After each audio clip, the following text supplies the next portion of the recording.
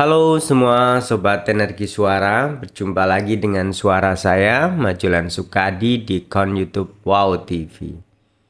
Kanal berbagi cerita positif dan hal-hal baik berkaitan hidup yang layak untuk diceritakan.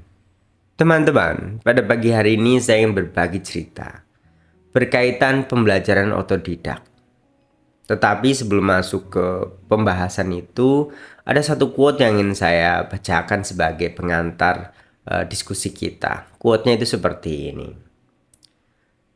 The difference between school and life, in school you are taught a lesson and then given a test. In life, you are given a test that teach you a lesson. Atau dalam bahasa Indonesia mungkin kita bisa artikan seperti ini. Perbedaan antara sekolah dan kehidupan. Di sekolah, Anda belajar sebuah pelajaran, lalu Anda diberikan sebuah tes atau ujian. Dalam kehidupan, Anda diberikan ujian, lalu Anda belajar sesuatu, atau Anda mengambil pelajarannya.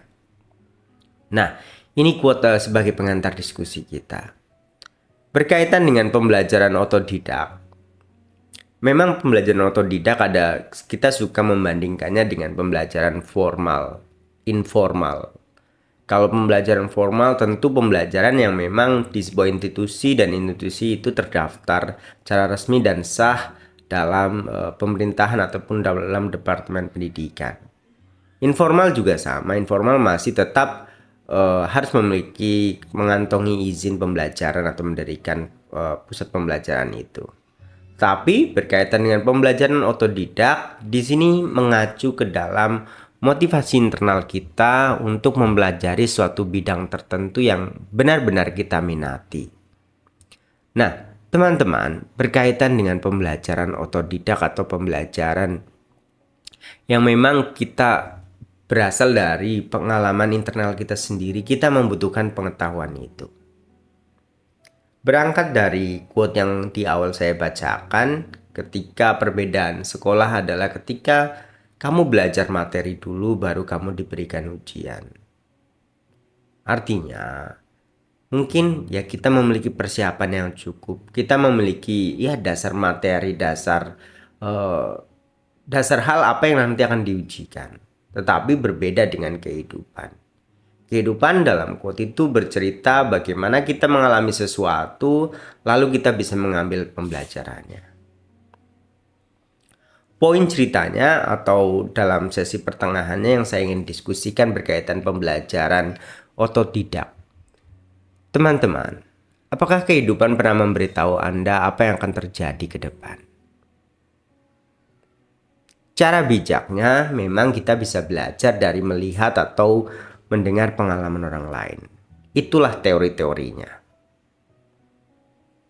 Oke, fase-fase kehidupan saya belajar ketika dulu mungkin saya mengenal tentang tumpeng kehidupan. Ini salah satu konsep yang cukup unik saya catat dalam buku saya. Konsep ini dirancang oleh seorang pakar branding di Indonesia. Saya mencatatnya dan saya membuatnya juga. Atau ada sebuah teori juga yang cukup populer tentang kehidupan, tentang berkaitan need atau kebutuhan. Teman-teman, tetapi dalam prakteknya segala sesuatu kita harus alami sendiri. Kita harus melihat sendiri. Beberapa hari lalu ketika saya sedang berkumpul dengan guru saya berdiskusi, beliau bercerita tentang kenapa podcast kamu berjudul Energi Suara. Judul ini sebenarnya dulu saya ambil karena memang saya terinspirasi oleh seorang mungkin guru spiritual hari ini ya. Beliau dulu mengambil judul Energi Suara karena beliau sudah tidak aktif lagi. Kenapa tidak ketika Energi Suara ini saya coba untuk modify dengan cara yang saya ingin coba sampaikan. Bagaimana ketika kita berbagi cerita dan cerita kita bisa membawa kebaikan buat orang lain atau yang mendengarkan. Berkaitan kehidupan dan pembelajaran otodidak. Teman-teman, Mungkin di hari ini bukan saya mulai ragu tentang bagaimana pendidikan itu benar-benar menyelamatkan. Walaupun saya sudah menyelesaikan pendidikan. Dalam beberapa kesempatan saya sudah berkata, cukuplah. Memang segala sesuatu tidak ada cukupnya. Tetapi teman-teman, area kehidupan ini katanya ada 8 area besar. Nanti kita akan bahas dalam area besar ini. Salah satunya memang pendidikan atau pengembangan karir. Dalam kaitan pembelajaran otodidak, belajar artinya kita bisa memahami sesuatu. Di kehidupan ini, ketika timbul masalah, ya kita harus bisa mempelajari sesuatu. Bukan menjadi pribadi yang menyalahkan. Baik menyalahkan orang lain, menyalahkan Tuhan, atau juga menyalahkan diri sendiri. Ini tidak baik. Yang baik adalah bagaimana kita bisa mengambil pelajaran terhadap sesuatu dan tidak bersifat panik. Kehidupan itu terlalu panjang terkadang. Walaupun ada juga yang mengatakan kehidupan sangat singkat, tetapi ketika kita jalani, ya kehidupan itu panjang. Dan kita juga harus menjalannya setiap hari dengan hati-hati. Memang kehidupan ini begitu kompleksitas. Tidak ada sesuatu yang benar-benar tegak lurus seperti pengetahuan Anda. Tidak ada. Pada pagi hari ini saya ingin kembali cerita bagaimana pembelajaran otodidak itu penting. Bagaimana semangat internal dalam diri kita untuk mempelajari sesuatu, bahkan untuk mengajarkan sesuatu itu juga penting. Yang pertama, saya ingin menjelaskan bagaimana mengapa belajar kehidupan itu penting, belajar otodidak itu penting. Yang pertama, untuk perkembangan pribadi, untuk pertumbuhan pribadi. Teman-teman, kita memang harus memiliki semangat untuk terus bertumbuh. Jangan sampai kita lupa kita dalam comfort zone kita lalu kita selesai semuanya. Terkadang kita butuh pain. Ada satu istilah keren yang saya ucapkan juga, yaitu kita membutuhkan growing pain, kesakitan ketika yang membuat kita untuk bertumbuh lebih baik lagi. Ini kesakitan yang baik, yang membuat Anda jauh lebih besar dari Anda sebelumnya. Yang kedua, semangat pentingnya belajar otodidak atau kehidupan adalah bagaimana cara kita mengatasi masalah dalam kehidupan yang kita jalani. Ini penting ya, bagaimana menjadi problem solving untuk segala sesuatunya. Masalah itu akan selalu ada. Yang ketiga, bagaimana kita menjaga interaksi kita dengan orang lain. Itu juga penting. Anda yang terkadang merasa hebat dalam dunia akademik, terkadang di dunia non-akademik Anda lupa. Dan ini juga catatan ya. Kehidupan ini tidak seideal apa yang Anda pikirkan. Semuanya itu variabelnya terlalu banyak. Yang terakhir adalah bagaimana saya ingin berkata menemukan makna hidup.